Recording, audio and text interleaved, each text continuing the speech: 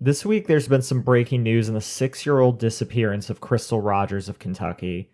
On Tuesday, August 24th, federal agents reportedly were using cadaver dogs to search the Woodland Springs subdivision of Bardstown, which is about 40 miles south of Louisville, and were using a jackhammer on the driveway of a home. By Wednesday afternoon, the driveway was reportedly dug up as agents appeared to be zeroed in on the location. Large chunks of the driveway were hauled out of the neighborhood on the back of a construction truck. So you might be asking yourself, who is Crystal Rogers? So Crystal Maria Rogers is a woman from Bardstown, Kentucky, who went missing on July 3rd, 2015. At the time of her disappearance, the 35-year-old mother of 5 was living with her boyfriend, Brooks Houck, and their 2-year-old son and her other children, although some sources state that he was her ex-boyfriend and that she was only staying the night. So Houck was the last person to see her, stating that she was on her phone playing games at their home when he went to bed. She was gone the next morning when he woke up, and her car was not in the driveway. Her family began to worry after multiple attempts to contact her that day failed. 2 days later, on July 5th, Crystal's red 2007 Chevrolet Impala was found parked with a flat tire by mile marker 14 of the Bluegrass Parkway. The keys were still in the ignition, and her purse and cell phone were also found inside. She was officially reported missing by her mother, Sherry Ballard, on the same day. According to the FBI, Crystal was not known to go anywhere without her kids. The Ballard family was very vocal about their suspicion of Brooks Houck having some sort of involvement in Crystal's disappearance early in the case.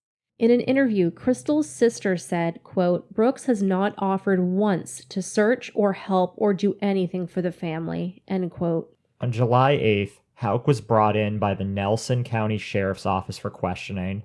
Nick Houck, Brooks's brother, and a Bardstown police officer called mid-interview and told him not to speak with police. The next day, Nick was called to testify in front of a grand jury, which led police to suspect that he was also involved in the disappearance.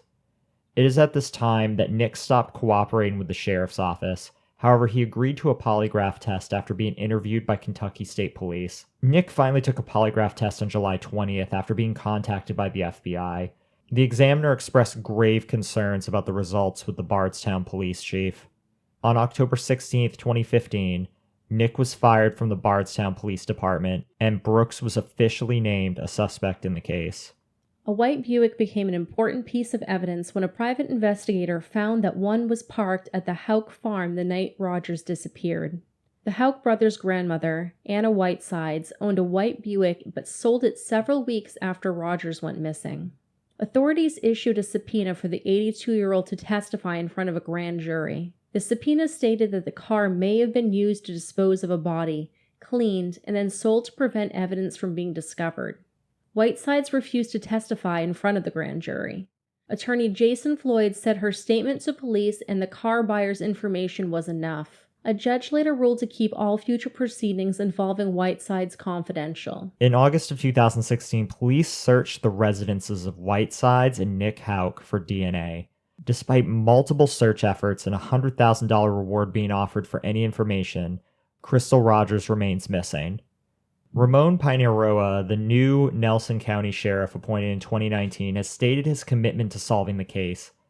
In an interview, he said the agency has a good idea of what happened to Crystal, and his mission is to find enough facts and evidence to make an arrest. It should be noted that Houck owns properties in the Woodland Springs subdivision that the FBI descended on this week. According to Crystal's mother, Sherry Ballard, quote, "I don't think they would just randomly pick a driveway unless they had a good reason to do that. When my daughter went missing, Brooks was building in that neighborhood," end quote. In another tragic turn of events, Crystal Rogers' father, Tommy Ballard, went hunting on his private property on the morning of November 19, 2016, with his 12-year-old grandson, who was Crystal's eldest son. As soon as he exited his truck, the 54-year-old noticed something moving in the tree line by the Bluegrass Parkway. He peered into his scope, and his grandson claims that Tommy was shot and killed by a single gunshot wound to the chest.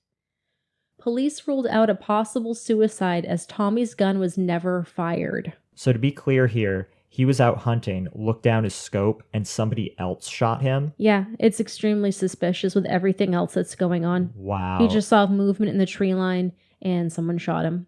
So, according to Crystal's daughter, and I quote, "My mom is a very special woman.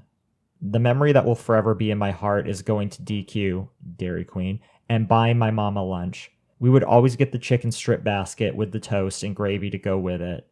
Going over to Mama Martin's and playing Phase 10 in aggravation over and over while eating snacks.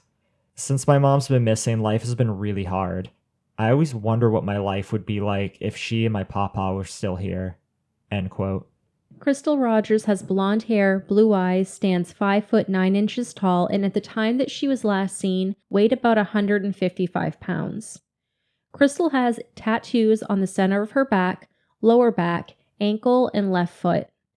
If you have information related to the disappearance of Crystal Rogers, please call the FBI tip line at 1-800-CALL-FBI or visit www.crystalrogerstaskforce.com. As this case is still developing, we'll be monitoring it closely for updates that we'll share with you as they come out. Because apparently the police don't even know what's going on. The FBI hasn't shared any information with them. Yeah, they wouldn't let dozens of people into the subdivision. I believe, Sheriff Pineroa went over to the subdivision to see if he could kind of find what was going on and help direct traffic, but they're not giving a whole lot of information about what's going on at all. So hopefully we'll get some good information regarding this case within the next week or so. Yeah. That's the hope anyways. I read about this case not too long ago. It's been consistently coming up in Kentucky media, and I'd really love to see it get solved. Absolutely. It's pretty new to me. I hadn't heard about it until in one of the groups I am in on Facebook, posted it the other day. So I'm hoping they have some resolution for her family pretty soon. So this was a midweek update to signal boost this case, get some information out there. Hopefully we can use this platform to possibly bring more attention to this case, and any needed information can be directed towards the police or the FBI. So we'll have that information in the description in the show notes. If you appreciate this, if you want to see us signal boost more cases like this, be able to do midweek cases as soon as they're breaking, please hit like and subscribe so that way we're able to get cases like these out to a wider audience. That way we can give back with our platform with missing persons cases like this. It's hard, especially since we cover a lot of child cases. That's not very popular in the YouTube algorithm, but we want to be able to get this in front of as many people as possible so that way that small chance that somebody comes forward with a tip that does solve the case. For those that want to go that extra step in supporting us, patreon.com/themiserymachine. But with that out of the way, we will talk to you again at our regularly scheduled time on Monday. So until next week, We love you. we love you. Bye. Bye.